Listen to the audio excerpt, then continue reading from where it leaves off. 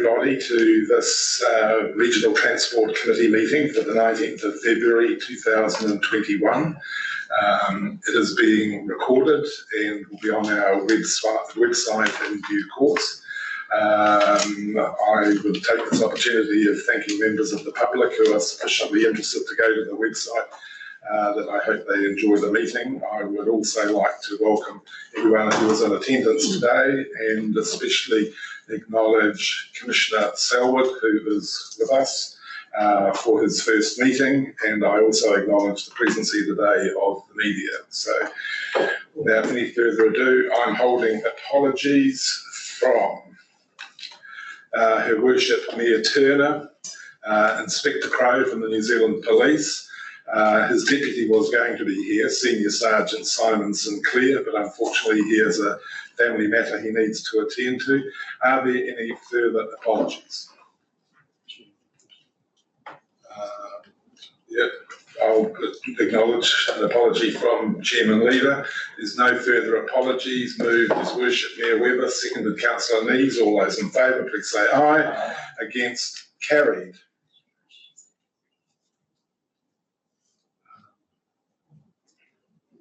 Assuming you come to the presentation, David. So okay, are there any declarations of conflicts of interest that need to be noted today? Being none, the minutes of the last meeting held on the 3rd of December in this room last year, would someone like to move those as a reasonably true and accurate record of that meeting? Her Worship Mayor Riestra, seconded Councillor Neves. Any matters arising from those minutes?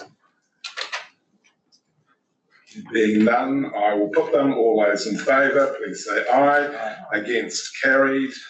Moving on, climate change, transport emissions in the Bay of Plenty. It's a presentation from Glenn Crowther, who is an environmental sustainability advisor to this committee. Glenn had pre-circulated a video, which I urged everyone to view prior to this meeting today, in the interest of streamlining this meeting. So no doubt Glenn will refer to that video clip in the course of his presentation. But welcome, Glenn. Good to have you here as an advisor. Floor is yours. And we're looking at about, what, 15 minutes? 15 minutes?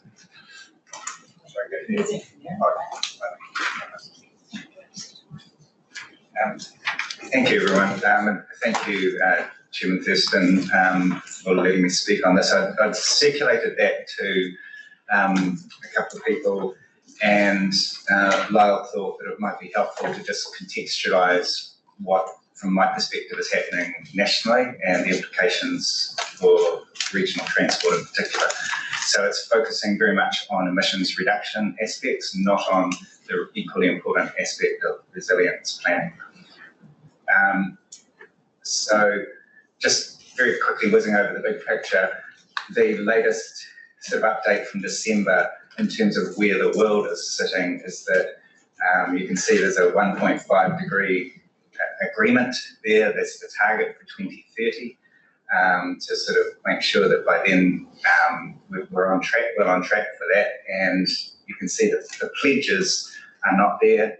The current policies are even less there. So there are some optimistic scenarios, but they are, in a lot of views, very wildly optimistic. New Zealand, the big thing probably to take away is just that we have ever so slightly turned a little corner, but we're still way, way above 1990 emissions, whereas there are some parts of the world, such as the UK is just a good example, where they have reduced their net emissions significantly since 1990. There are many countries that have actually reduced them, but we have massively increased them. So that's just to provide, if you didn't have that at the forefront of your minds, that's sort of the context for this. So the New Zealand targets, the one that we've known about has been the net emissions for CO2 and nitrous oxide, the long-lived gases, and also the some of the other smaller emitting gases. What came out through the Zero Carbon Act, the ZCA that I put there, that's the colloquial name for it, was to cut biogenic methane by 10%. acknowledging that methane from agriculture is a shorter-lived gas. So the Climate Change Commission has just, as you no doubt have heard, released their report. And if you haven't waded all the way through it, it's probably hard to kind of grasp all the detail, but they have not really altered the trajectory for methane very much at all. So they're talking about a 11.4% decrease. It's a slightly different figure if you go from a 2017 base, but technically speaking, we're in that ballpark of not really altering the course that was plotted out in the Act. The IPCC reiterated that the target across the world for CO2 was 55%, and UNEP and ICC have spoken consistently around a figure of 7.6% per year reductions from 2020.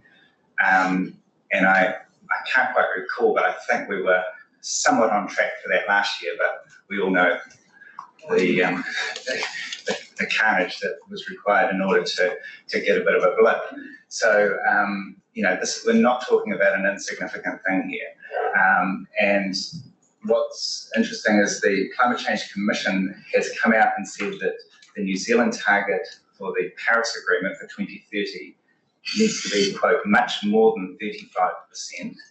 And when pressed, they have initially wrote a card on the radio, but then in an appendix, I think, to the report, they found a figure of 44%. And so they're now using that, and some of us have been in discussions with commissioners and with the staff at the Commission, and they are pushing the 44% figure as, I suppose, the upper quartile,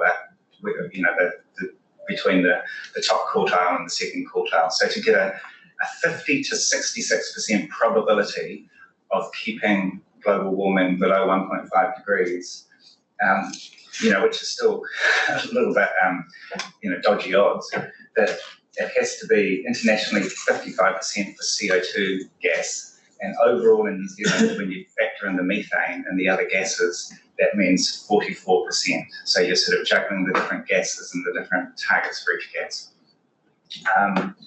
Auckland Council has come out and said, I think it was a year or two ago, and said cut CO2 by 50%. So that's more I suppose, the colloquial way that people have talked about this with the 55% is to say cut it in half.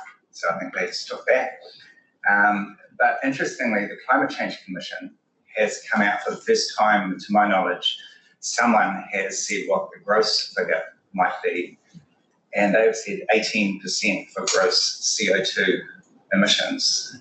So there's been lots of discussions, as I say, already. There will be plenty of submissions on this. There's a lot of controversy behind the scenes. And I think, the general view from a lot of people is that they've very much undercooked that figure in terms of what we should be doing. Obviously, the question is, what we can achieve is the other side of that. So I'm not commenting on what is achievable, but what we should be trying to do is to be much, much closer to the IPCC net carbon target, because no matter what tree planting we do from now onwards, we will get nowhere near 55% domestically in New Zealand. So what it means is, in the words of the commissioners and the staff at the Commission, that there'll be an awful lot of foreign carbon credits will have to be bought, which a lot of us have been disappointed by, because the whole basis of what Minister Shaw was saying was to do it within New Zealand. And the rationale for that is twofold. One is that we've got room to plant trees and to use technologies to do our best. Well, I guess it's threefold, really. The second reason is that we've done stuff all. In fact, we've gone in the wrong direction so far for the last 30 years. But the third reason is that actually the basis for doing this is based on an environmental target that won't be sustainable if you just, as Simon Upton and others have pointed out, if you go down the offsets route. So you'll just be pushing forward what we have to do anyway, and the cost of that will be even greater. So I think the Commission was quite optimistic, and certainly the media reports around the impact on GDP were slightly rosy from my perspective. I think there will be a hugely significant impact economically, but the counterpoint to that is that it will be an even bigger economic hit if we don't do this. So that's the context as I sort of see it overall. Honing in on transport emissions. So it's 47% of New Zealand's CO2 emissions, and that's really I think the key issue is that nitrous oxide has its own levels, other gases have their own targets, but CO2 is really where we can have the biggest influence, and transport is basically half that story. In the Bay of Plenty, obviously, it's a lot more. And I put up the Tauranga Western Bay collective contribution because that is, to my knowledge, that is the highest in New Zealand. And I've tried to research, haven't found anywhere else that matches it. So Auckland Council, to give you a feel for where, at the moment, this is the council, not the RLQP. They will be going through a process which I'm assured behind the scenes is a massive bun fight about where this is all going to sit. But the council itself has said 64% cut in CO2 from transport. Now, we're talking gross emissions cut. So what that acknowledges is that the standard view pretty much across the world, but certainly within New Zealand, is that transport has to do more of the heavy lifting than anything else. So the tree planting, etc., has to be used to offset the things that will be even more difficult than transport to reduce emissions from. I'm not talking economically necessarily, although that's part of it, but technologically there are limitations. And producing steel, etc., that's for the foreseeable future there will need to be fossil fuels used. So there are some things that are going to be next to impossible to fast track decarbonisation. Transport has many opportunities, but it tends to come back to more of a funding issue and a policy setting issue. And what was touched on in the workshop around Kiwi Rail, charging, all that sort of stuff, those things can make a huge difference here. But you can see they're quite aspirational targets. So by 2030, the target is to have a quarter of all trips on public transport in Auckland, and a massive increase in cycling. I see Carol there. I think I said 9 times. It's 8 times. But even so, it's a fairly small percentage compared to public transport. But walking, I think, is something which is constantly underrated.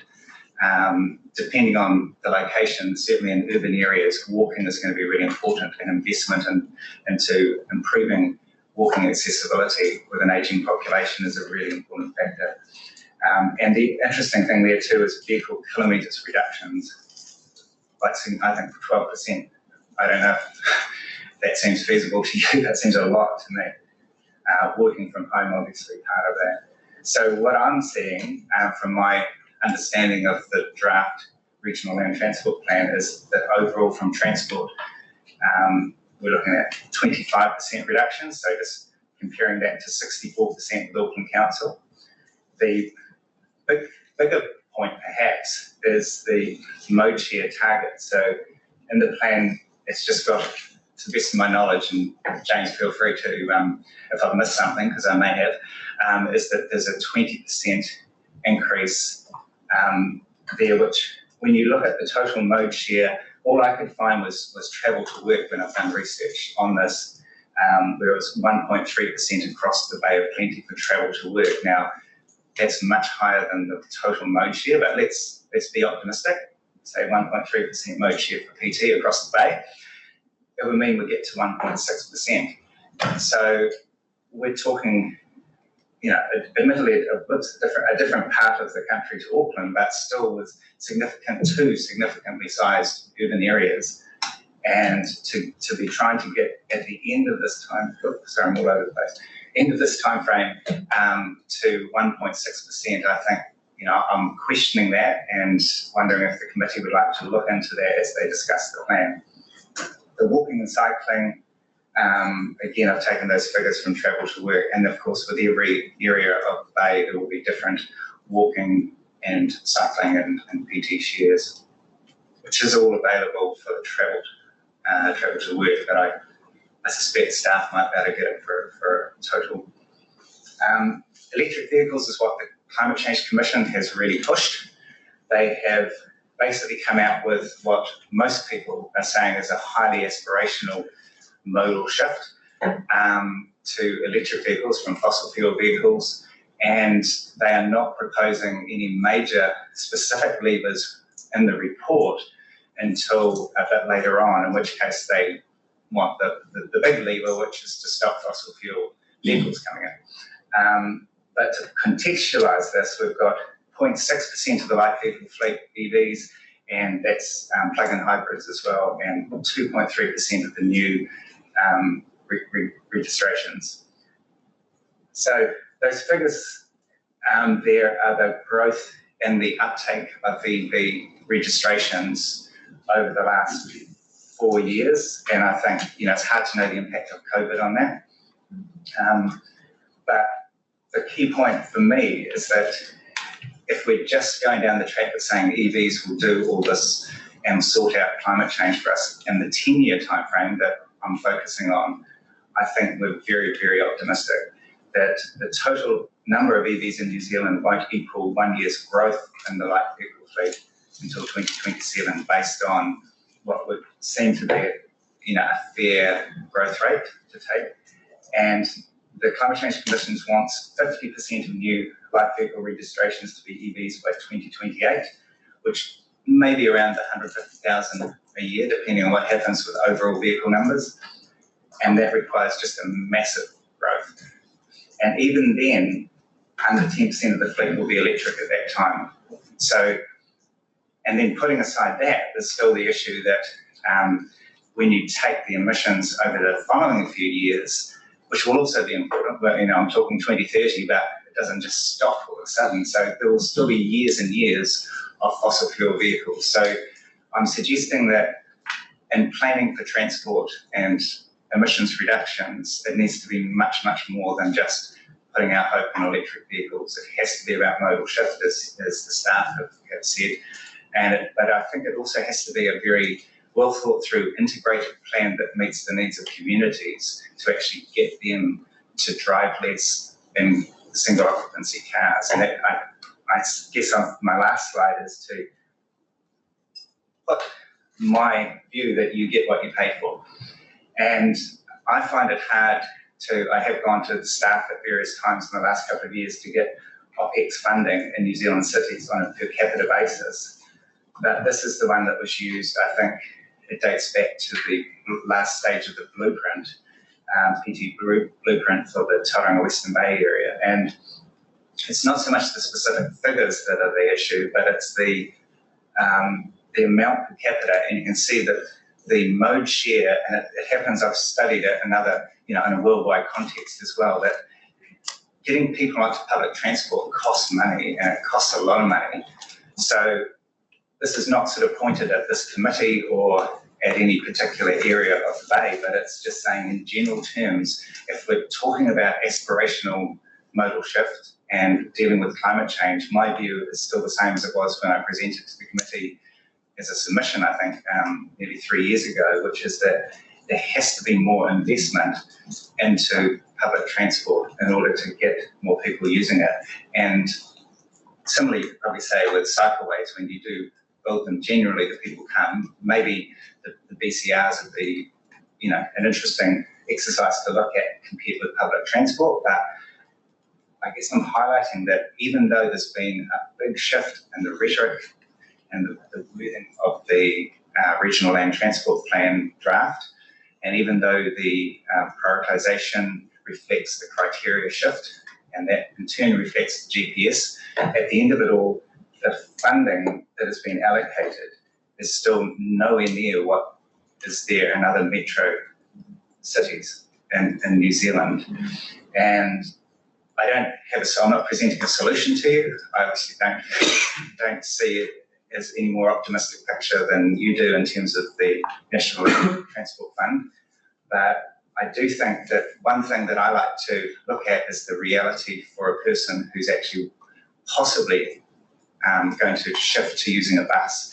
And I think that all those things have to be lined up, and ultimately the cost of paying a fixed amount in the rates for public transport can be looked upon as a hugely significant impost on our population who don't use buses.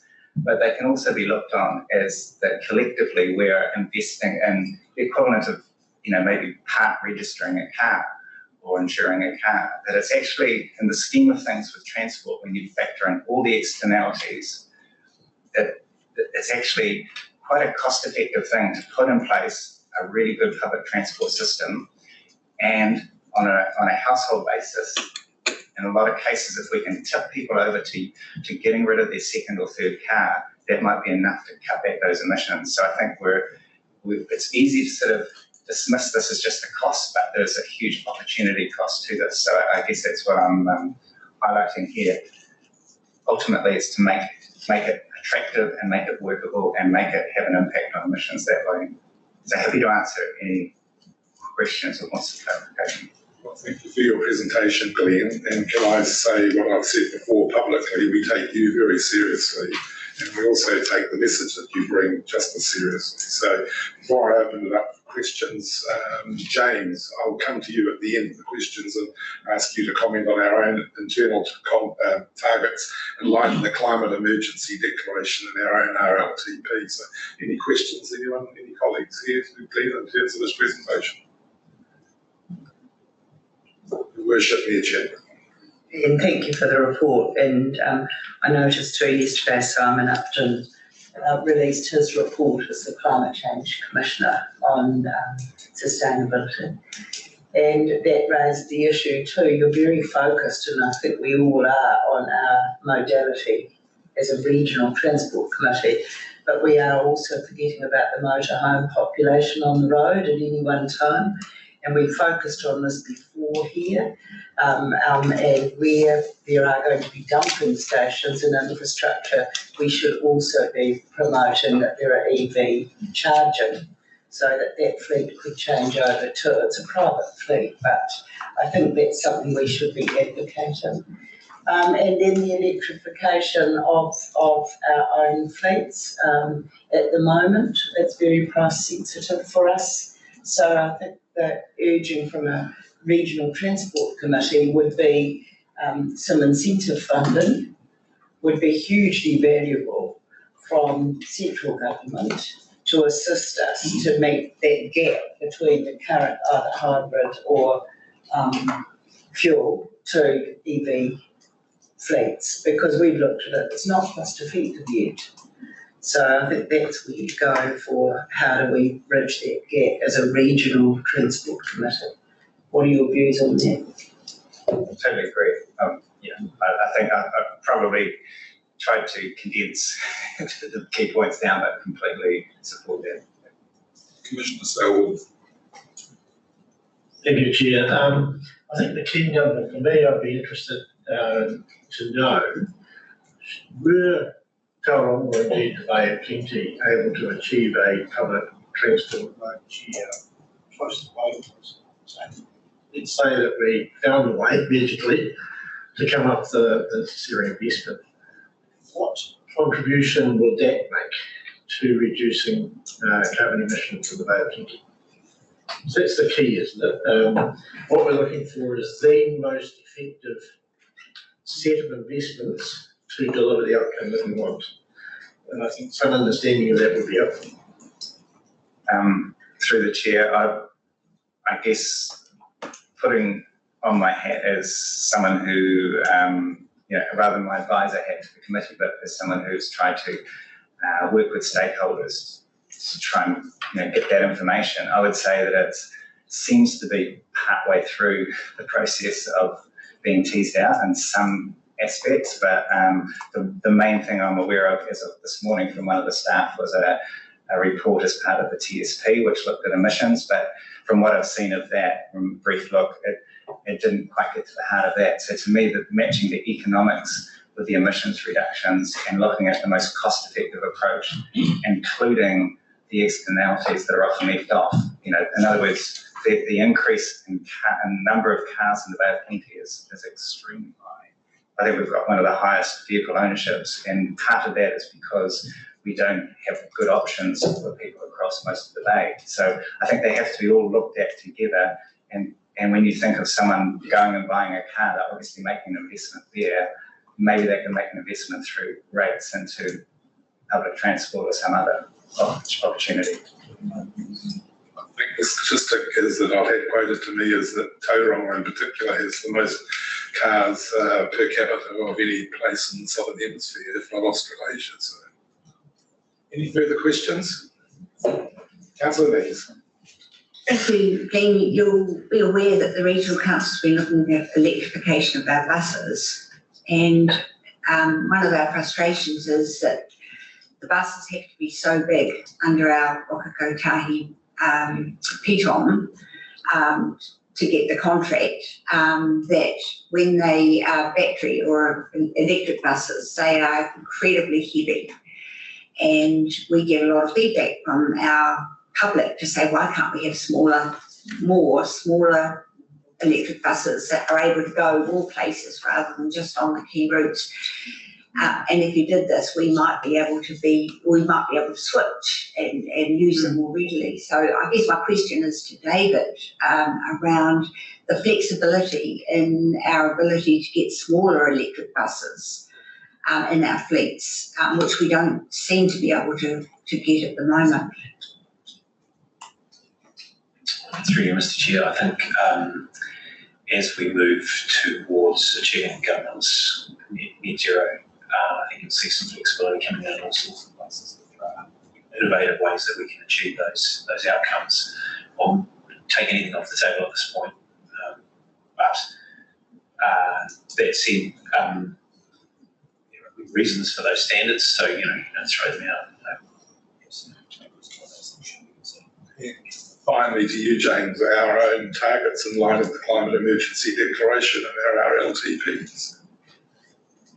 Well, I think given what we've heard and seen since the declaration of the climate emergency, then I think it's fair to conclude that our current target, which is to reduce greenhouse gas emissions by 20% by 2030, which was already, in my view, pretty ambitious, is now no longer adequate as a means of meeting the requirement to decarbonise quickly. And I think it's worth recognising that the need to decarbonise quickly is because once carbon gets into the atmosphere, it stays there a long time.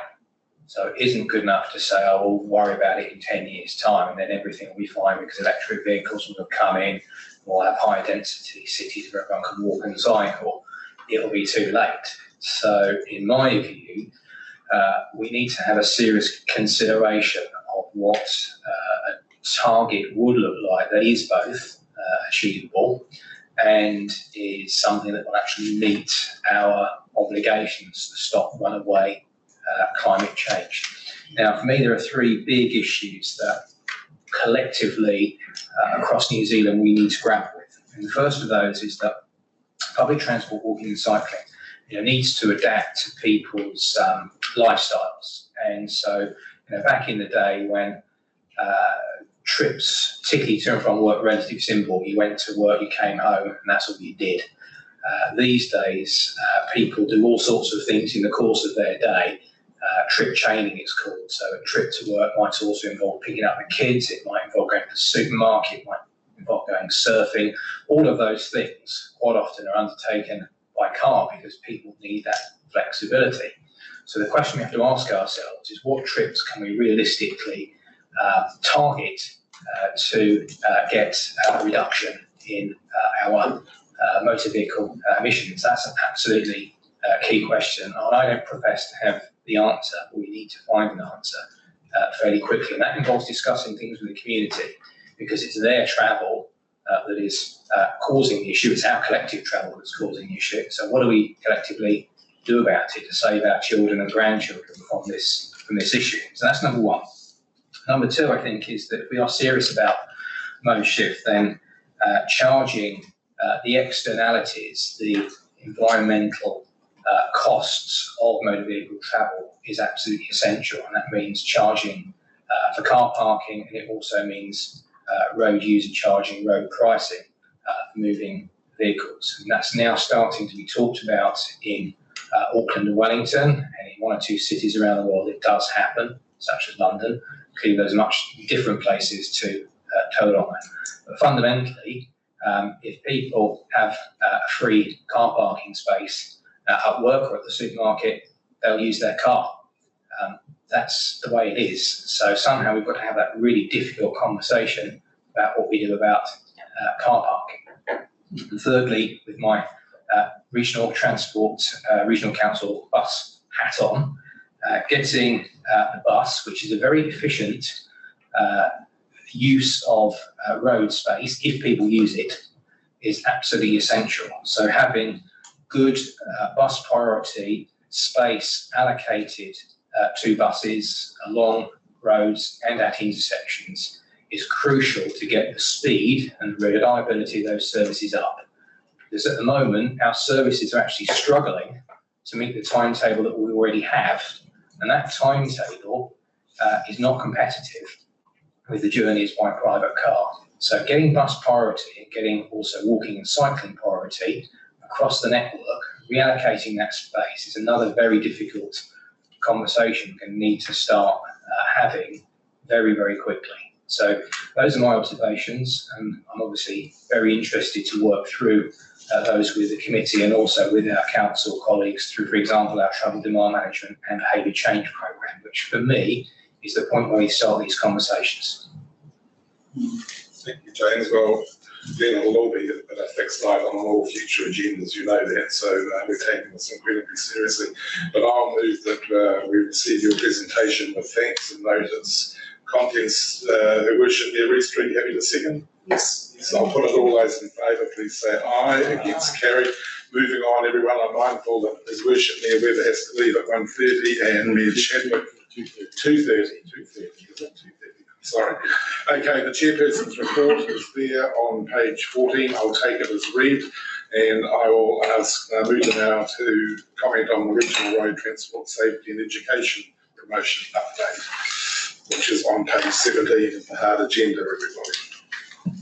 Through the chair, just conscious of timing and a big agenda report item coming up, we have here collated information from each of the areas from Eastern Bay, Rotorua, as well as Western Bay, which just provides an update from the travel safety teams in terms of what's been happening in those respective areas. So I'll probably just leave it at that. Okay, and we will formally approve the Regional Land Transport Committee work programme. Any comments there, James, the benefit of the committee? No, only that this is a very outline programme, and I think as the next version of the Regional Land Transport Plan is provided, then we should be able to fill this work programme out. Certainly climate change and our ability to discuss how we're going to meet our obligations, as you mentioned earlier, is going to be key to that. So I would say that by the 28th of May, we will table another version of this with some more detail, because I think it's really important we're clear about what our roles and responsibilities are and just how we're going to implement the RLTP and meet our targets. Colleagues, there's 3 recommendations there on page 14. Councillor Lees, you happy to move? His worship Mayor Weber, happy to second? All those in favour, please say aye. Against, carried. We come to the big ticket item, Waka Kotahi New Zealand Transport Agency update. Welcome, David, and also I know Cole's here as the off-course substitute, so good to have you with us.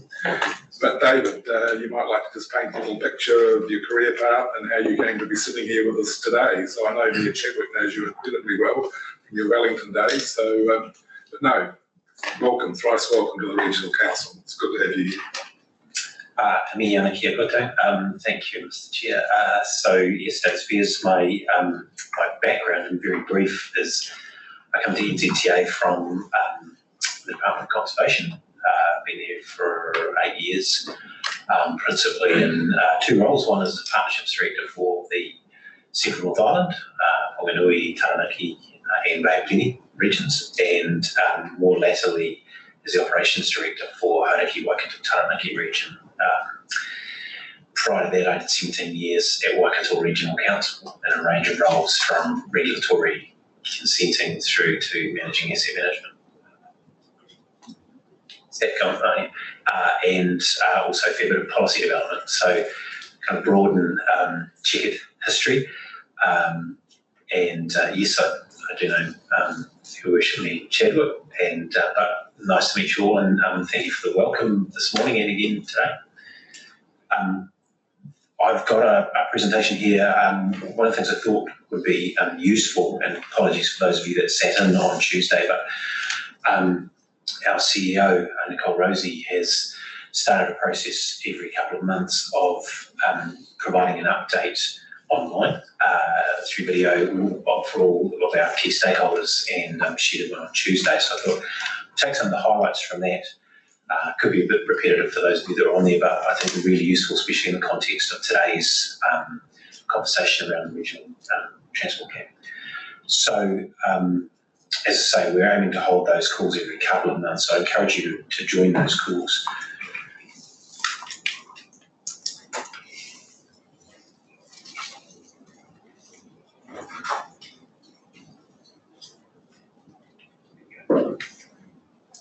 Still trying to work out how to work this. So, quick run through the highlights of that.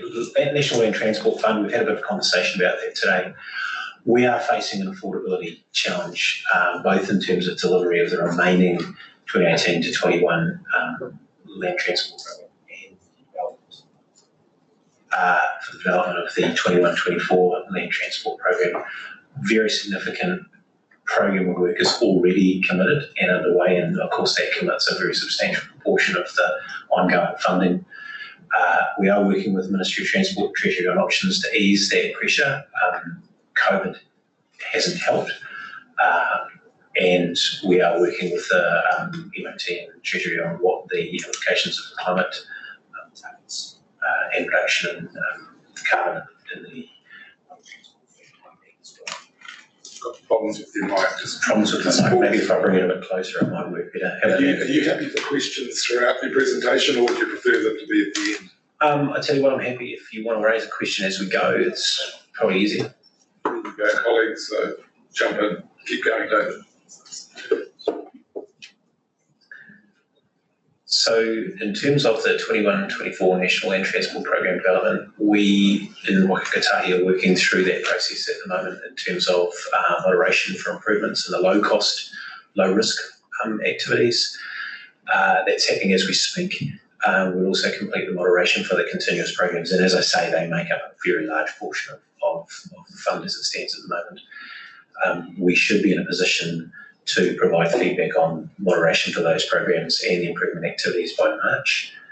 And conscious, one of the things that Nicole acknowledged was that our processes have created a bottleneck for your processes, and we're very conscious of that, and we'll be looking, obviously at how we improve that process going forward. And so apologies and acknowledging that. Just pause, David. Who would ship there, Chadwick? Look, I've got a suggestion in the low cost bucket, David, and I bet we're not alone and haven't put it on the agenda, but rural school speed is something that moves at a glacial pace, whereas all rural schools, the children are at risk. And there seems to be a universal coming out of our district. We could have just lowered the speed outside one school. We had to go around the entire rural school network. Why? They're all wanting a lowering of the speed, and we could do things like that far more nimbly, I think, than the consultation required that has come back with the conclusion, drop it from 80 to 40. So there are some things that are quite simple, but we go through these prosaic processes that the community fails to understand, and I think those are some of the low-hanging fruit that might actually free up some dollars and cents to help with the big projects where you've got a capability investment pressure. So, other mayors may say exactly the same thing, but it is a nonsense. It's both a cost to local government having to do the consultation the end conclusion is always the same, lower the speed. And you might argue about 10 kilometres an hour depending on where the school sits. So it just, those things sort of are, we often think for the big things rather than invest in the little things that can help us move faster with a greater net gain for safety. There's a number of people wanting to ask questions. Your Worship, Mayor Reestra. Mine's a quick one. I just wanted an understanding on the word moderation. Does that mean cutbacks?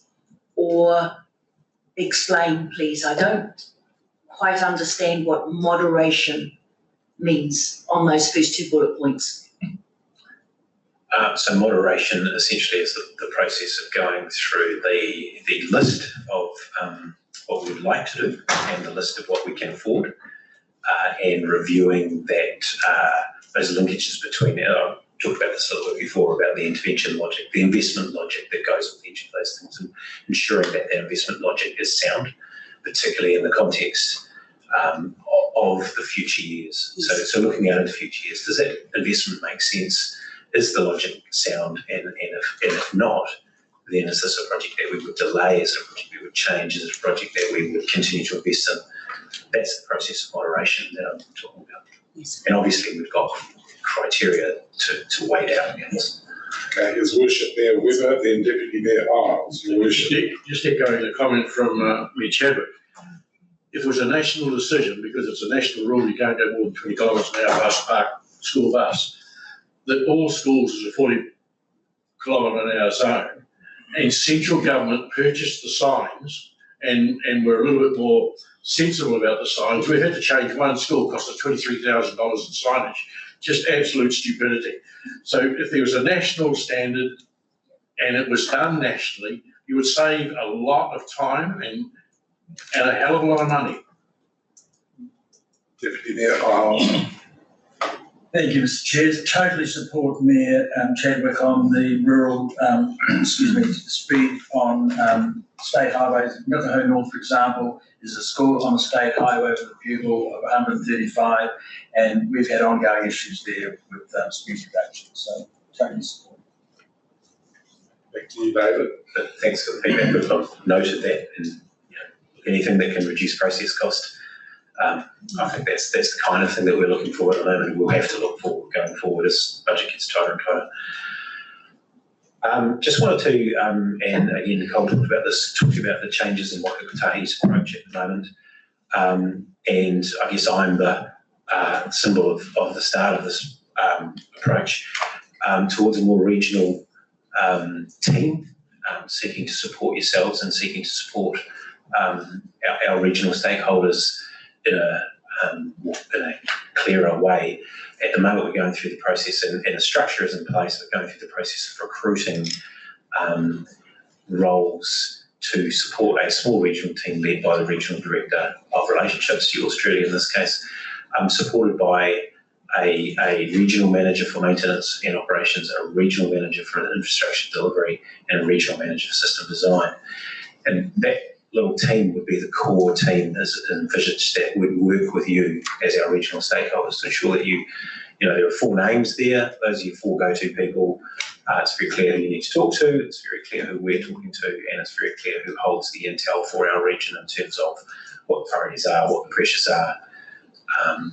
And just reiterating that, our purpose is to enable you guys to be successful in a national context, to bring that national context to this table. So looking forward to those roles being filled.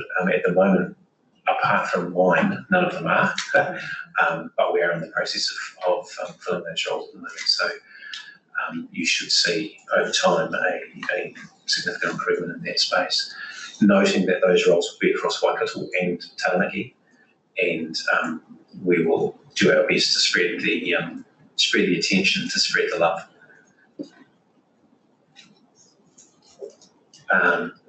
Moving on. Thinking about decarbonising land transport. So this is a significant challenge for us all. Some pretty optimistic targets as we've heard. But Climate Change Commission's recommendation at the moment is to try and achieve net zero carbon by 2050. What that means for us is 3 headline recommendations in the transport sector that we will be considering. One is developing an integrated national transport network to reduce travel by private vehicle use, and we've already talked about the very high numbers of private vehicle use in this region, in both Waikato and Tauranga, Western Bay. Another, to accelerate the uptake of the EV fleet, and there's some pretty strong recommendations, for example, around electrification of the public transport fleet and the bus fleet. And picking up on Councillor Lee's point, there is a process whereby you can ask for or request a change in the standard for your bus contracts currently. So, open to having that conversation. If that's something that enables electrification of that fleet, well, then it's going in the right direction with the outcome. So we'd welcome the conversation. And the third priority is to increase the use of low carbon fuels for trains, ships, heavy transport and planes. Now, we're working with the Ministry and Treasury on this at the moment, because obviously there's a range of things to consider, not the least of how we afford this, but also the implications for connectivity and wider things like urban design, etc., which we touched on this morning's workshop, which I would like us to start talking about as a regional and transport company looking forward. Road to Zero, a really high priority for Waka Kotahi. Sorry, I'm pushing one button and not the other. We 1 year into that 10-year Road to Zero strategy. Obviously, there's still a lot to do, but it's a key issue that we need to tackle at this table. Much of that is around safe system design and accepting that people on roads make mistakes, and making our systems as responsive to those mistakes and minimising harm as a consequence is a high priority in that space. We are about to start consulting on the new setting of speed limits rule, and that will obviously change the speed management guide nationally. But we'll have a role to play, and clearly that's something that we'll be bringing back to this table as that evolves. I'll jump in if I leave anything out that's really critical. Conscious of time. The other thing that I thought about raising this earlier in the workshop, but it's timely now, is we had committed as an organisation to producing a 30-year plan, so version 1 of a 30-year plan for what Waka Kotahi needs to contribute to a thriving Aotearoa. Now, in the context of the conversations we've been having today, and the context of a National Land Transport Fund that is very stretched, that 30-year vision is a real opportunity for us to start talking about the kinds of things we're talking about this morning. If we can't afford it now, what does an integrated picture look like going forward? And that will, I think, have a huge influence on the processes we go through in the next 10 to 15 to 20 years in terms of what are our priorities and how do we moderate our spend across these regions. That's been deferred for now for a bunch of reasons, but obviously it's been an incredibly disruptive year, but it will be picked up later this year, and clearly the regional and transport committees will have a huge role to play in that. We're also scoping up some analysis at the moment on the kind of key insights from 10 months of living with COVID, and the likely impact of those on future demographics, because obviously that has created a change. I know working in an office environment, and this one's probably the same, our average occupancy, for example, in an office has gone from close to 70% to around 40%. That means people are working from home, and I think that came up before in Glenn's presentation. That's changing the way people move. It's changing a whole lot of behaviours, which I think it's really important to go back and reflect on and look at what that does mean for our 30-year plan and our thinking. By way of some specific, now this is a specific Way of Plenty update. This is not what Nicole covered off in her presentation, and I will lean pretty heavily on you, Cole, here. But in December, we suggested that we hold a separate briefing on Northern Bay Plenty projects and issues that have been raised through this forum, and obviously that didn't happen. What we have done, though, is introduced an action register, and what we're trying to do is, as you raise issues with us, raise questions with us, either in this forum or outside this forum, we are recording them, and does anyone have a copy of that? I think you've all got a copy. That's right. Circulate. Yeah, now the purpose of that is that we'll regularly update that, not necessarily just for these meetings, but we'll regularly update them. And it gives you some vision of what has been raised, what's been closed off, what's still current, and what we're doing about the fact that it's still current. Really it's so that we haven't forgotten the things you've raised, but also it's to have that front and centre in front of us, so that the things that are still live, we are conscious that we need to be working towards resolving. And hopefully that achieves, a bit more, gives you a bit more certainty that we're going to take those issues seriously and progressing them.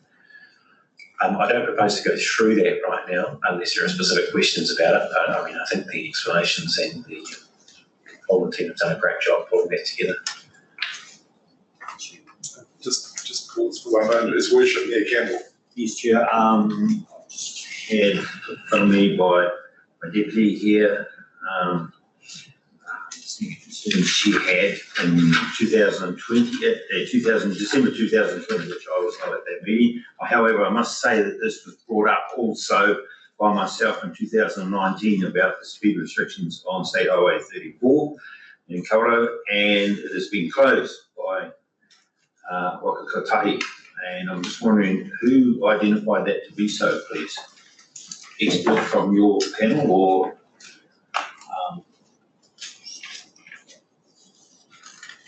Just trying to find it at the moment. Any other questions while they're looking for it? Deputy Mayor Isles. Number 8, Number 8 on, sorry. page 6.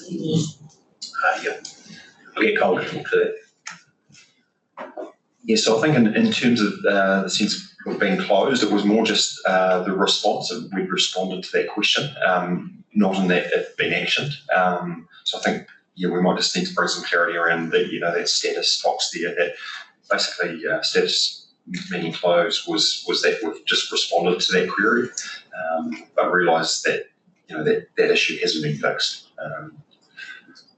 There's also a larger program across the country tackling safe speeds and reviewing those areas where there are safe speed issues that this will be included in. I don't have any more. When it says closed, Mr. Chair, it means it's closed in my book. Thanks.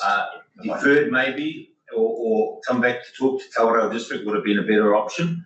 But all I implore you, please, don't make me be like Mayor Ash Tanner of Manamarapiaka, because I'm quite capable of going and have some signs printed and stick them up there myself.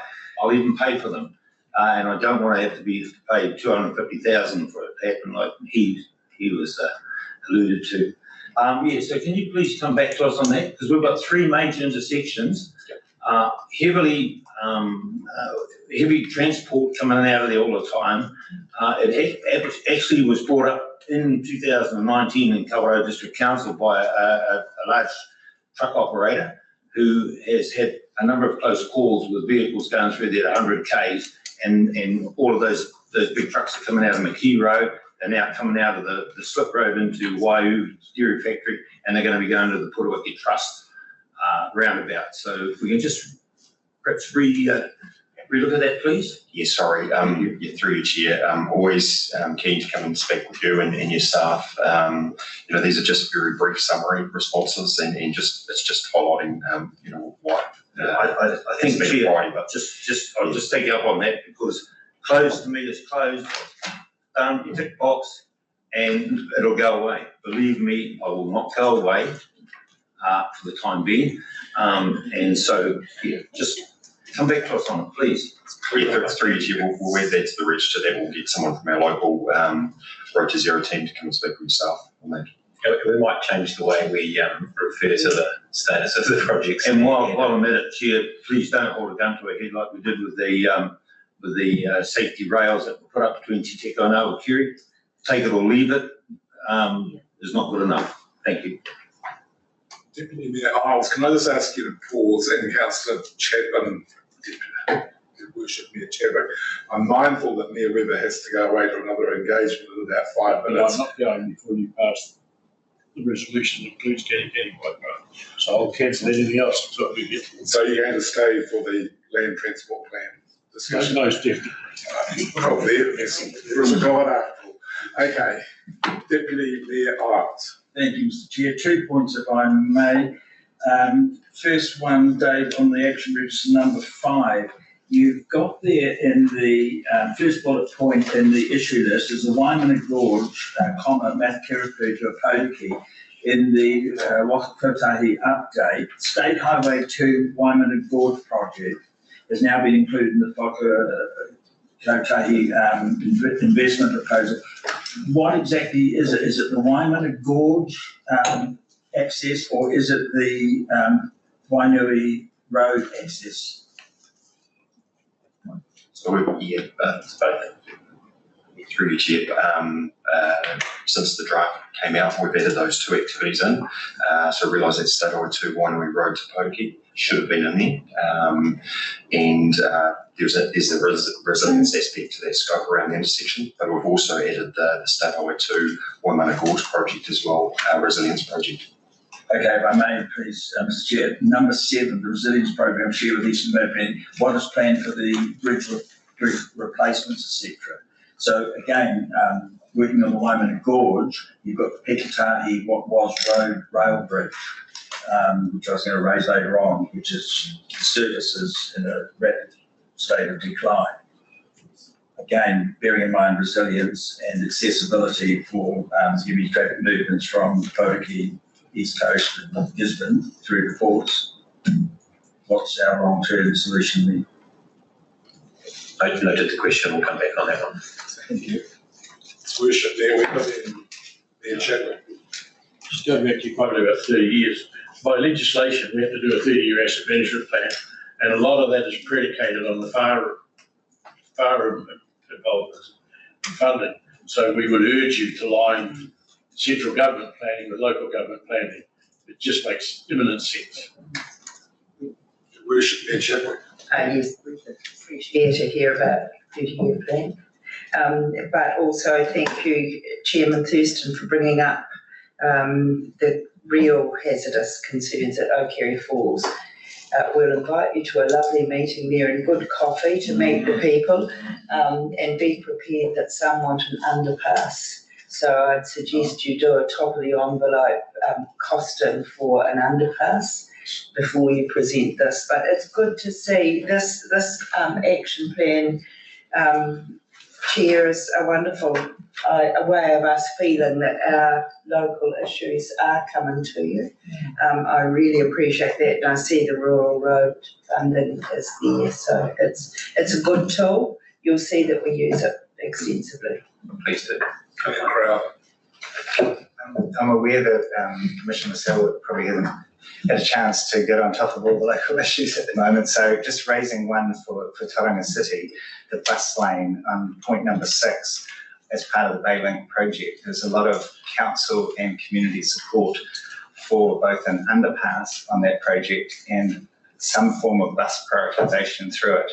And given that the cost is now blown out, I think, to 262 million from 102, I'm sort of thinking it seems bizarre that we still can't have a bus prioritisation through that, or at least a guaranteed sort of future-proofing of bus prioritisation through there. And I'm just wondering if there's anything that could be commented on in terms of why the project manager had said that it was possible and that there was space there to actually widen through there and squeeze through a bus lane through a critically important part of that. And I'm well aware that you haven't, got everything sorted in the big picture of public transport, but we're talking about future-proofing something that's hugely significant for the growth areas out east. Sorry about you. We're getting off the agenda. I know. I think we can continue that discussion with the guests after the meeting, but I think I know you have, and you've advocated incredibly well, but we need to move on. Mayor Chadwick, have you finished what you wanted to say? Absolutely, you'll be pleased. Okay, very much. Keep going. Okay, so just a couple of, high-profile projects in this area. So in December, there were a number of queries around Takatimu North. So by way of an update, the $933 million of funding from the New Zealand Upgrade Program means that both Stage 1 and Stage 2 can be carried out concurrently. for that project, and stage 1 is expected to start later this year. Having said that, subject to obviously the property purchase and a few of the other things, it's expected that it'll probably take 5 years. The extent, so that's the Tauranga to Tupuna part of the project. The extent of the designation is confirmed, regional consent's been granted, property purchase is largely complete, but obviously there's still some process to go there. There's 7 properties remaining. We're investigating extending stage 1 north of Tupuna by 2 kilometres, and that's the green bit in the middle of the map there. And the design component of the contract is due to be awarded in mid-2021, obviously, so that construction can start at the end of 21. In terms of stage 2, Tupuna to Omokoroa, a lot of land is required before construction can get underway, and so that process is currently underway. But obviously that means that stage will take considerably longer to get going. Site investigation is underway. That will continue right through 2021. And likely we'll have a reasonably good understanding of timeframes for instigation and completion in the latter half of 2021. We're also setting up a community liaison group so that people who represent the wider community can be up to date, understand how we're progressing, and can raise any issues of concern with the project team as we progress. And oops, push the right button, David. And Tōreko. So the detailed business case, we've currently got a short list of 3 options, and that will be released in April for consultation. A little bit more work needs to be done in that space before it's ready. The options focus on the long-term improvements for State Highway 21 from Manoa Road to Takitumu Drive, and State Highway 29 to Varks Corner. The consultation will inform what the preferred option is for the long-term plan for the area, and the current timeline is that DBC, detailed business case, is likely in mid-2022. Alongside that long-term work, Tauranga is investigating a package to enable the works, and the ultimate plan is these works will provide for access to the Tōreko West Growth Area. We've had a little bit of conversation about that today, so I probably won't go too much more into that. But suffice to say that things are moving along, notwithstanding that it will take a wee while yet. That's all I had, Mr. Chair. Unless there are other questions, thanks for your time and your indulgence. And further questions? Further questions? In Chapter, you heard a move that we received the Wakatahi report. Mayor with us, second. That's been moved and seconded. All those in favour, please say aye. Aye. Yes, carried. Thank you very much. Appreciate it. Over to page 31, everybody. Big ticket item, approval of the draft regional land transport plan 2021, and the proposal for it to go out to public consultation. So, James, are you leading this? It's not coming in. Oh, yes, and Namuta will just set the scene while he's getting organised. Namuta. Tēnā koutou again to the mayors, chairman, councillors. Today we have reached a critical milestone as regional transport leaders in the development of the regional land transport plan. We've been on a journey since 2019, and I'll hand over shortly to James Llewellyn, our urban transport manager, to provide a presentation to you. You've obviously provided us with very clear direction and decisions in the development of the RLTP, and we work very closely with your respective teams, particularly in that prioritisation list. And so, in terms of today, it is a critical decision. We'll be looking at investing $3 billion over the next 7 years. So I will hand over to James to take you through our presentation today. James, before you start, can I again publicly acknowledge to you and the other staff members throughout the TLAs across the region the amount of work that's gone into this. It's a phenomenal piece of work. Thank you. The floor is yours. Thank you very much, Councillor Thurston, and good afternoon, everybody. So I think it's really important to start with some key process information around the public consultation. Now, I think we can all agree that public and community consultation is a really good idea because it means that we will get a regional land transport plan that will better reflect the aspirations and needs of our communities. But there are also very solid legal reasons why we need to consult, and in a specific way. So Section 18 of the Land Transport Management Act effectively sets out two options for the public consultation. The first of those is consulting in accordance with Section 82 of the Local Government Act 2002. And the second is to use a special consultative procedure as provided for by Section 83 of the Local Government Act 2002. And for reasons I'll explain in a minute, we believe that option 2 is the best way to go. Reasons are really as follows. So, the RLTP 2021 does have the potential to significantly impact both the region and its communities, and therefore it's deemed necessary to enable public understanding of the proposal via what we call a statement of proposal, which is effectively a summary of the RLTP in a digestible form. So it's very important we don't just give the public a huge document the size of a telephone directory and say, there you go, please navigate that and come back to us if you've got any points. We've got to make it as easy and as navigable as possible, and that was certainly one of the conclusions of the workshop this morning. So the statement of proposal is exactly that. It sets out in summary terms what we are proposing to invest in why. Now, Section 83 also suggests or mandates that public views can be provided for not less than 1 month, and that the statement of proposal needs to be as widely available as is reasonably practicable. So again, there are clear legal reasons why we are obliged to undertake the consultation in that way. And Section 83 also outlines what must be done to fulfil the consultation requirements. It provides us with clearer direction, and so we feel that that is appropriate, what we should be doing, and the legislation backs us up. So in summary, we feel that an approach that is robust ensures that the RTC is required to do as much as it can to inform the public and seek its views. So we think that Section 83 and a statement proposal is the way to go.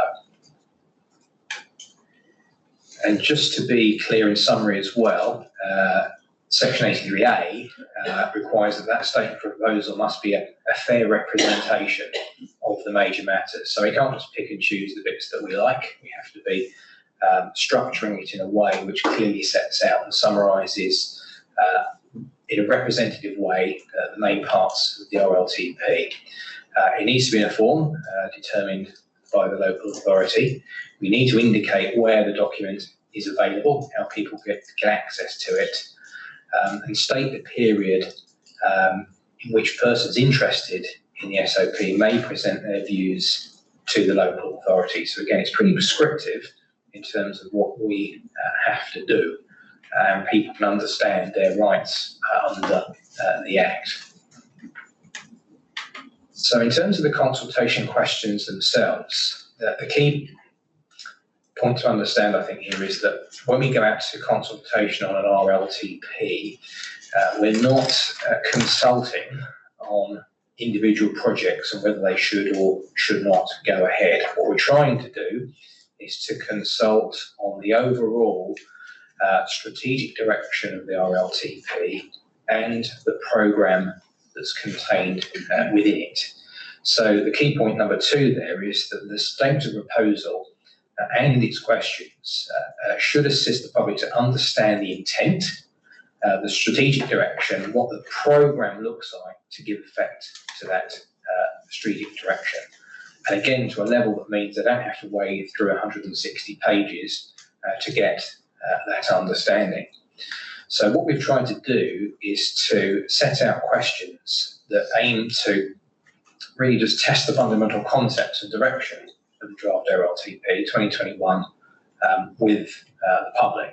So we've deliberately gone for questions that are relatively general but the public are able to understand where it is we're trying to get to. So just before I dive into the questions themselves, there are 4 of them. Does anyone have any questions or comments? Questions to James? Worship Mayor Chadwick. I just wish to signal that I'll move amendments 1 with the amendments from this morning. We're going to put those up shortly, up behind us. Yeah. So trying to capture everything from the workshop. Any other questions or comments? Councillor Nees and her Worship Mayor Easter. Councillor Nees. I've just to flag that I've sent some comments on the plan to staff. I don't want to take the committee's time now, but it's just minor things where there's duplications and words missing, that sort of stuff. So there is one change I'm suggesting that the objective be called, instead of economic prosperity, economic and regional growth, or economic and regional prosperity, to pick up on those social type issues. It's not just about economic issues. And the other one was around the fact that we're counting the objectives. One of the objectives has got 3 statements underneath. We're counting those as objectives. So in one part of the plan we've got 7 objectives, another part we've got 5. So that's just a minor tweaking of the numbering. Apart from that, everything else is not of substance. Thank you, Councillor Nees. Her Worship Mayor Easter. Sorry, my comment was going to be on the first question. I'll wait. Keep going, James. Okay, well in that case then I'll just read out the first question and invite comments. So we'll pause after each one and take comments. So consultation question number 1 in the statement of proposal asks, the draft regional loan transport plan 2021 aims to shift the focus of our investment strategy to better provide for alternative modes of transport. We define those as walking, cycling, buses and micro mobility, and move away from continued car dependency. And the question is, do you think this is a positive shift? And in the document, we actually also ask people to explain why they think it is or isn't. So it isn't just a yes or no, but it's yes or no, and please explain what you think your points are. Just pause 1 moment. We've got a number here. Her Worship Mayor Chadwick. I'm not sure what your other 3 questions are actually, James, but I would suggest too in that we add and the climate change emergency. So you've given a rationale why we're doing this modal shift. Yes, that was my point. Has your point been covered, Mayor Easter? Yes, it has. His Worship Mayor Weather. I'd suggest, because it's so pivotal, when people look at this list, I think it's priority. So I'd put buses first. We want people on buses before we want them jumping on the cycle or walk to work. And if that's our main focus, we've got to get it up front. How's your opportunity, colleagues? Deputy Mayor Isles. Thank you, Mr. Chair.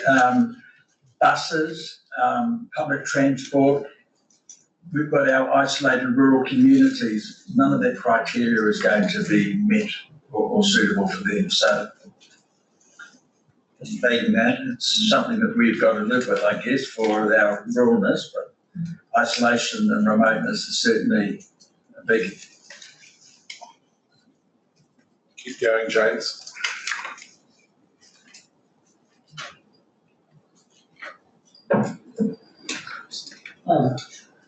Consultation question 2 then, and again I'll read it out and pause. So it is about climate change. Climate change poses a significant challenge to our region. Do you think the draft Regional Land Transport Plan 2021 does enough to support changing the way we travel, provide more sustainable forms of transport, and assist in reducing emissions to contribute to our climate change responsibilities? So again, we have a yes, no, and please explain your comments. Colleagues, comments? His Worship Mayor Weather. I think we need to extend what climate change, sea level rise, significant rainfall events, so that people understand there's a lot of things in here which impact, and we're trying to take down the wall. Any other comments? David? Comment, I guess, to follow that up is, one of the things you spoke quite a bit about this morning was resilience. Resilience. And if you're going to talk about heavy rainfall, etc., it's, the obvious thing here is resilience of your network. Capture that, James. Excellent. Any other comments, colleagues? I'd absolutely agree, so it's not the third and fourth question. Well, let's see what's coming up, Your Worship. Try us on the next one. Will be revealed. So question Try us 3. on the next one. This is our favourite topic, the prioritised list of projects. So this is effectively asking stakeholders and communities for their comments. So the question is, the draft Regional Land Transport Plan 2021 includes a number of projects within the prioritised list of activities that aim to reflect a desire to further utilise alternative modes of transport and mitigate the effects of climate change. So the question is, do you think the prioritised list of activities will help achieve these desires? So this is the opportunity for people to have their say on the prioritised list, which we think is really important. It's not my personal meeting. No. I'd rather you've gone with another function now. I appreciate your indulgence. Your Worship, Mayor Webber, the floor is yours. And I think somewhere in there, improve resilience, because, we need to get that message out. That's a critical thing we're trying to achieve. Coming down, Her Worship, Mayor Eastridge. Now, this is where I get a bit confused, because we had a list from 1 to 62, and then we had a group of projects under a list of activities, and that is not explained correctly there. Sorry, keep going, Your Worship. Just that we didn't prioritise the list of activities, did we?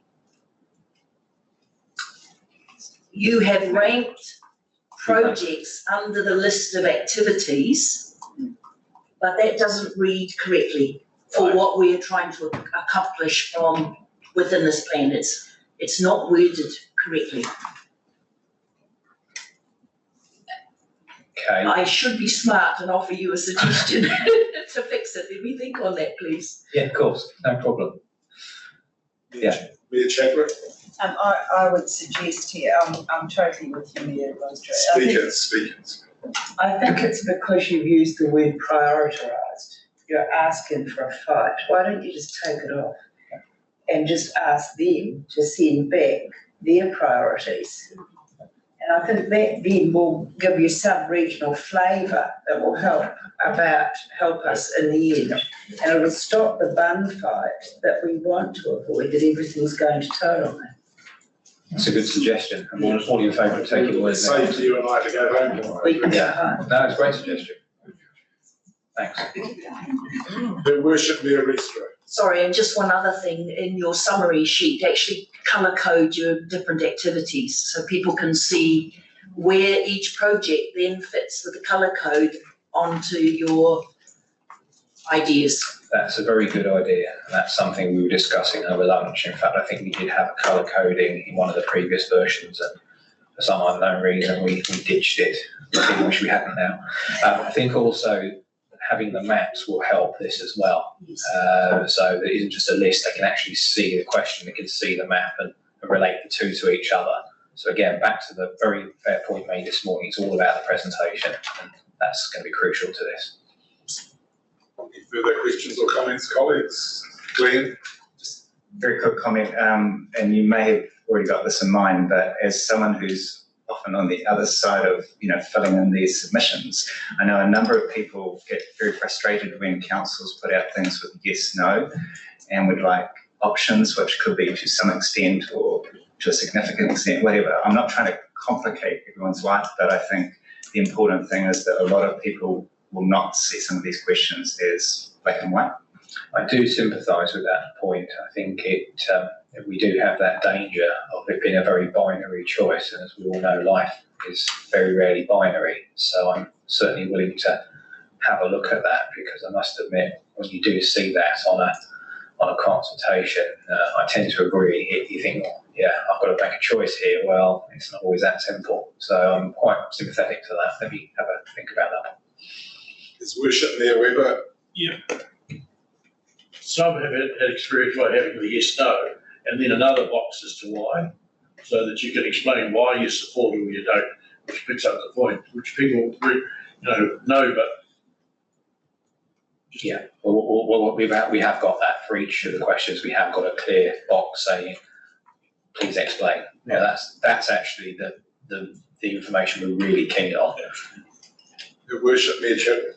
And I think if this is going to be valuable for our community and they get excited by it, which is what you want, have we missed any big opportunities? I think is a really good question to ask, because there's great intelligence amongst our kids at school. They're all very focused on this, and they might be wanting to give us an idea that we haven't even thought of. Any other comments, colleagues? Moving on, James. And the last question is, well, really a catch-all, which we always have to put into these kinds of documents, but really it's an invitation for any other comments that people would like to make regarding the draft regional land transport plan. I mean, questions are very helpful because we do need to focus our responses, but we don't also want to limit people's responses either. So really 4 is just a case of making sure we cast that net wider. I do wonder whether that big opportunities point, we might be able to combine that with this question so that it's a little bit more than just, do you have any other comments? Maybe putting the opportunities as part of that might be worth doing. So you like that idea? Your Worship, Mayor Chapman. I like that idea. And are we asking if we do adopt the special consultative procedure, which I'm signalling I'd like to move, are we calling for submissions? Because some of the best things I've ever heard around a council table were from young kids.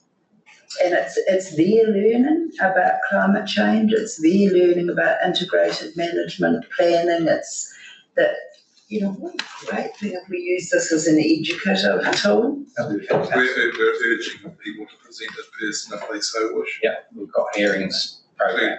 Yeah. So, any further questions or comments? We're up to the recommendations, are we? Now we're actually just up to the next steps now. Okay, go for it. So we are talking about hearings and deliberations. So yes, the special consultative procedure does require an opportunity for submitters to come and talk to us in person, and that's what we're fully intending to do. Now, what we need to decide is we've got effectively 2 options for organising the hearings and deliberations. So option 1 is that the full RTC is and deliberates on the submissions, or the second option is that the RTC establishes a smaller subcommittee for this purpose, and that subcommittee then reports back to the RTC.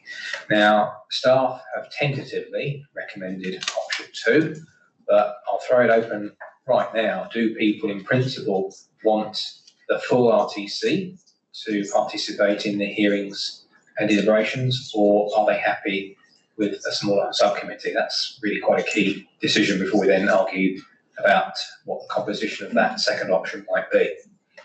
Your Worship, Mayor Eastern. The Eastern Bay mayors have discussed this and felt that option 2 was right for us, so we have a person to suggest. Mayor Chapman. I support option 2. You're more likely to get continuity of those same people at the table than having all of us there, and it's got to be a high trust model that reports into us anyway as members. So I'd close that loop by whoever's there giving us an update at a sub-regional level. I'll show my hand. I was quite happy there, Easter, for there to be a representative from each of the TLAs. So, it's more than happy, Any further comments? Oh, Commissioner Selwyn. Thank you, Chair. Currently also supportive of a subcommittee, but would like to be represented on that committee given the significance of the investments involved. So would the Eastern Bay be happy with a rep from each of the TLAs? No, we're happy just, You're very happy for just one person to Yes. carry the flag for all of you? yes. That's absolutely fine. His worship Mayor Webber. I'm sure you're all aware of my view of a committee of two is one way which works best. So we would be more than happy for Tara to sit. Fixing the concrete. Because it's just a matter of listening and reporting back. Yeah. So I'm more than happy for Tara to sit to take the chair. They've got nothing else to do, these commissioners.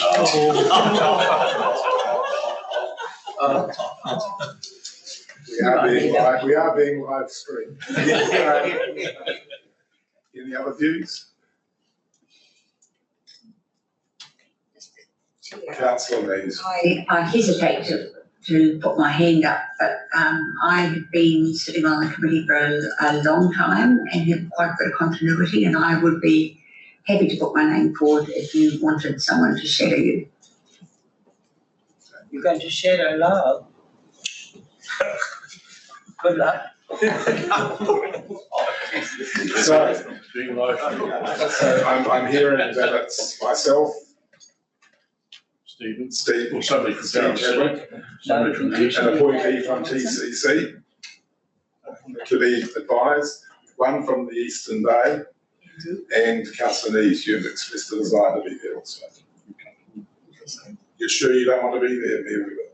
Absolutely not. It's just a report back, so. Okay. I have faith Enough hours in the day.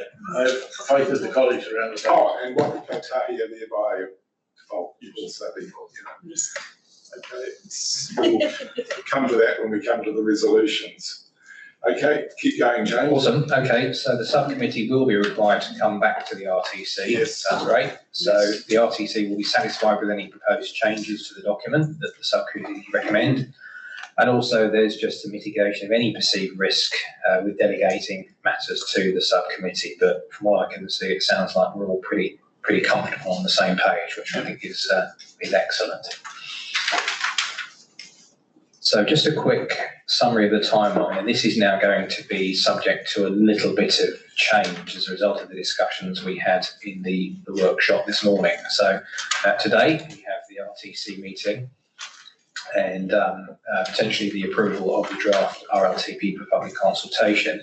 But given the feedback we have had, and we'll come to the specific resolutions fairly shortly for discussion and agreement, our view is that we are almost certainly going to have to delay the commencement of the public consultation period by about a week to enable us to undertake all of the work that members want us to complete. Now, I don't have any problem with delaying it a week or so because it still means we can fit the public consultation in before the public hearings.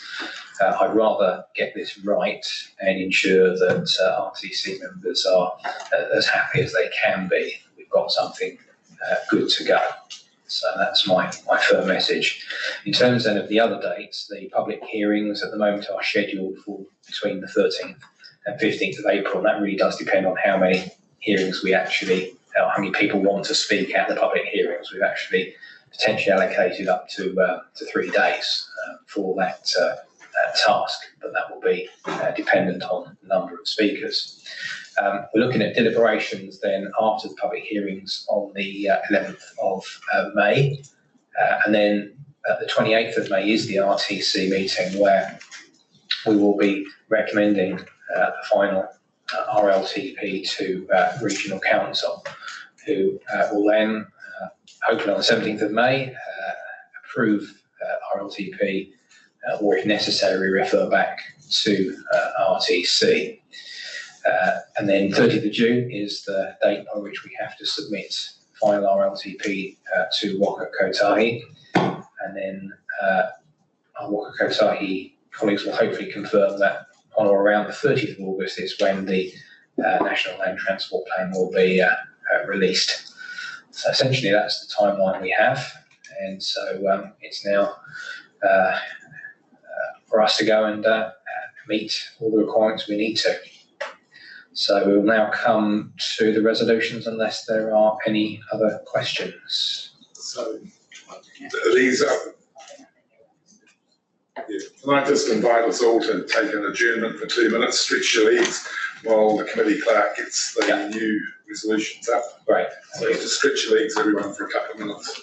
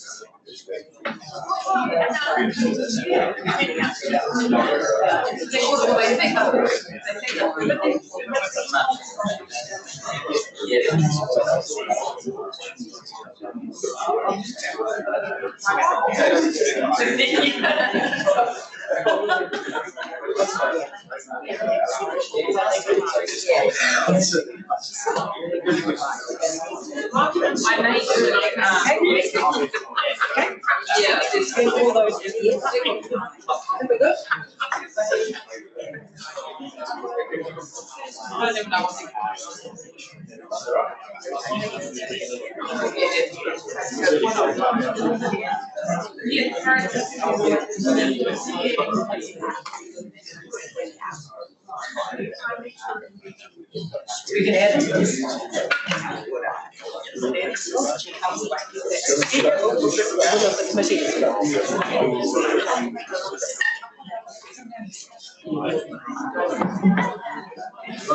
Okay, we ready to go?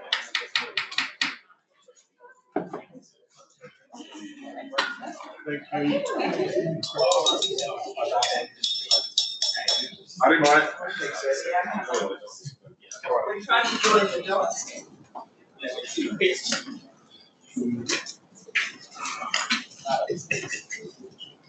Okay, we've come to the reworded recommendation, so I'm happy to take these individually or take them all as a block. So I'm guided by my colleagues. Yes, Navita? So through the chair, just for the benefit of the audience, earlier today there was a Regional Transport Committee workshop where a number of changes were requested to the Regional Land Transport Plan, and those changes have been summarised in the text that you see on the screen now. So happy to take it all as a block, go through it. His worship there with it. I'm comfortable with that, but we would like one added, which is that the Katikati bypass network resilient issues are included with its status to be decided, determined, yes. We just can't let it go by without Katikati not being in there. You're just buying a fight, it's not worth it. What was contained, particular. I don't care how it gets in there, but it's got to be included in the list of projects. There has to be a more elegant way. Yeah, I get with you, I'm with you, but we're all going to then come out with our shopping list. And that's a danger when it's a regional plan. I wonder if it is noted by you, David, as a priority of this committee. I know you've got to face the community, but so do we all, about what's not even on the list. So there must be a better way to finesse getting that moving than just singling one out. Your worship. We have been trying to finesse it for nearly 40 years. So a blunt instrument, I think, is required. Guided by David, your thoughts? I know you've only just got your feet under the desk, but So my initial reaction is I understand Her Worship Mayor Chapman's concern about come on, come all, and I do think it must be a better way of achieving the outcome, but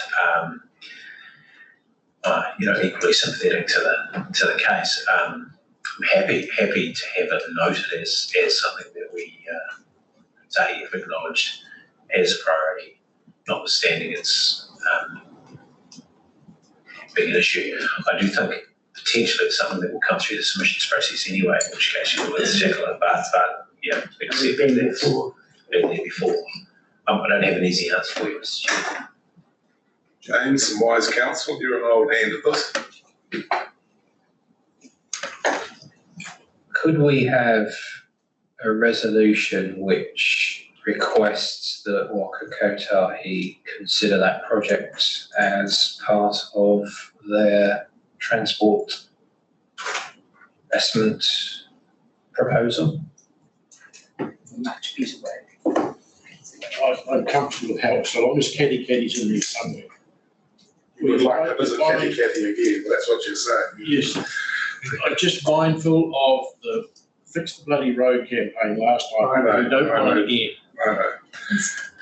And instead of that, go down two, with another dot point, if you go down to the bottom, before or after the subcommittee, I think if you put in there that we note the need as you outlined. So it's a line item, but it's not caught up in all the amendments from this morning. James, can you help us with some wording? Let me just have a look. So that's under point 6 or separate point 7. Right, so I would say notes that Waka Kotahi consider inclusion of the Kati bypass as part of its business. transport, investment proposal. I think that helps, it helps with hindsight, but what's your issue here as a noting? Recommendation, If that comes to your seconding of my amendment, I'm more than comfortable with that. Should we say requests that Waka Kotahi about notes? No, I think you do a noting because they then take that away and you're just asking for them to consider it. It's given a high priority by even being mentioned there. I'm comfortable with that as true. Okay, so we've got resolutions 1 to 8. We're going to take them as a block. Do you want to read through them again once more from? I move 1 to 8 is amended. It's been seconded, it's been moved by, sorry, Naomi. Through the chair, can I just clarify, there is a resolution in there which refers to the changes that you've just sought as part of the consultation document. And I just wanted to make sure that everyone was aware of the changes in the consultation document, but just before, so it's really clear. So the changes that you sought was to improving the importance, to noting the importance of improving resilience in the questions, some emphasis on climate change, putting buses first in the first question, asking what the most important transport priorities are from the community, asking have we missed any big opportunities to be added to question 4, and then you'll see the other change there we've put up is the colour codes the activities within the prioritised list. So I just wanted you to be clear in what you're moving. So you're happy as the mover and Mayor Webb has seconded it. It's open for discussion. Is there any discussion, colleagues? If there's no discussion, I will put resolutions 1 to 8 moved by Her Worship Mayor Chadwick, seconded as Worship Mayor Webber. All those in favour, please say aye. Aye. Against, carried. Thank you, one and all. And as I say, the staff in particular. Moving on. Considerations of items not on the agenda. Amanda, there are none, as I understand it. We do a quick wrap up by asking various people at the meeting if there's something they'd like to update us on. I'm mindful that John Galbraith is behind me still, is he? John, is there anything you would like to bring to the attention of the meeting from the freight perspective?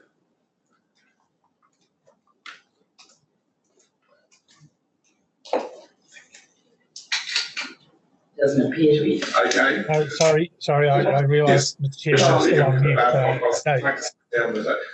Thank you very much for the opportunity, but no, I have no specific comments. Thank you. I just want clarification from the committee on when the mode share targets and how they will be decided, given that that was put forward to this session, as I understood. Which was my question. Well, the no-share targets will be considered as part of the final RLTP. So between now and then, we'll be looking at what we can realistically say by way of those targets and what are the key actions that we believe need to be implemented to achieve those. And those aren't just things that the RLTP can do and the councils can do, but it's also the actions needed across the nation. So that includes, a credible plan around electric vehicles. It includes a credible plan around road user pricing. So we can certainly come up with what we believe to be an outlying credible strategy for delivering those targets for consideration at the next RTC. John, are you with us now? I think you were. We've got you again. Yeah. Okay, can you hear me now? I've unmuted. No volume. Hold on, John. We'll come back to you in a moment. We're just sorting out the volume. Mayor Chadwick, anything else you'd like to say today? Look, the only thing I'd support Councillor Nee's Jane about the regulation size of a bus is a nonsense. We'd have far better utilisation if we had small vehicles able to move around that were electrified than thinking we've got to have a 36-seater going everywhere, which is tuning up the roads as well. So I think if you could look at that as a regulatory tool, we could move 6-seaters around so easily and electrify far better than having every bus an Elan bus and 18 seats empty. So through you, Mr. Chair, in response to that with some certainty now that the team have informed me that there is a process for revisiting the standards. What we will do is we will come back to you and describe what that process is, and then you can take up the opportunity as you wish. Thank you. I'll be requesting a report back to the Public Transport Committee so that information can come before the Public Transport Committee. John, we're on fixed volume. How are you going? Are you with us now? Okay, can you hear me now? We can hear you, but it's very faint. Oh, okay, I'll speak Oh, no, that's closer. much better. That's much better. Go for it. Okay, look, thank you very much, Mr. Chair. I've been following the workshop and the proceedings of the meeting. I have nothing further to add. Thank you. Commissioner Selwood. David, you survived your first meeting. Deputy Mayor Isles.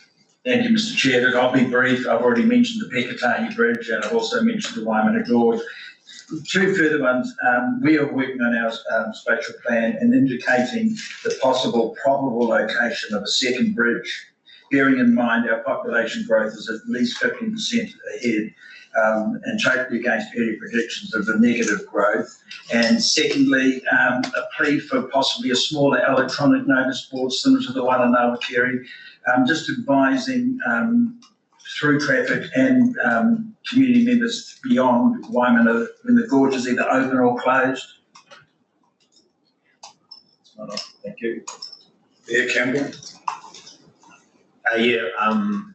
As far as Kawerau district itself is concerned, just those speed limit signs, if we can do something about that at a reasonable cost.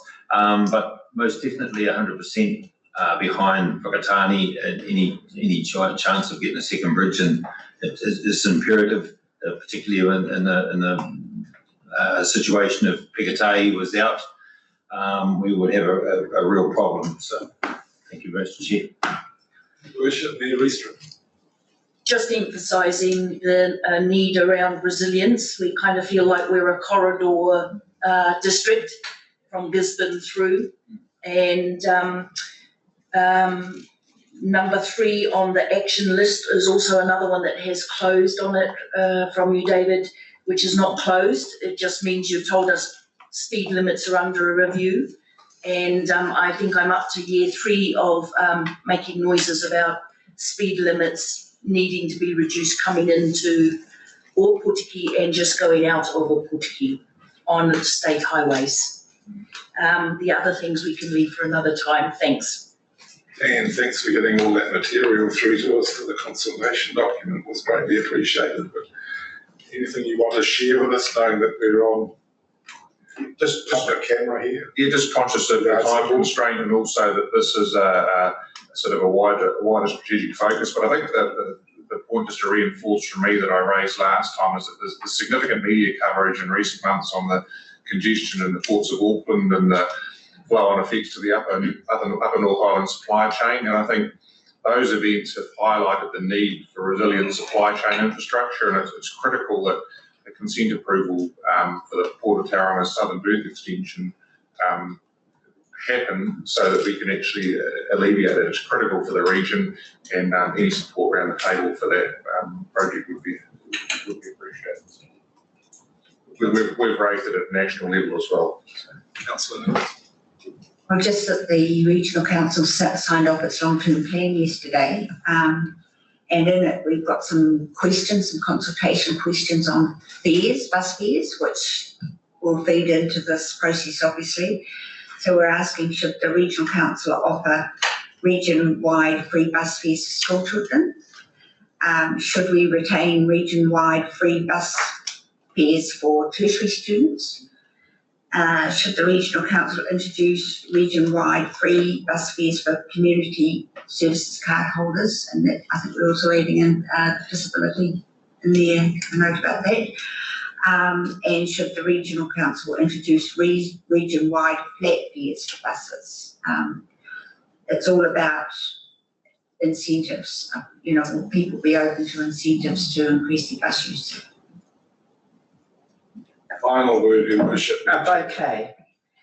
Te Waka Kotahi, thank you for your response for road signage in Miriel and looking at those regulations, small and very significant for us all.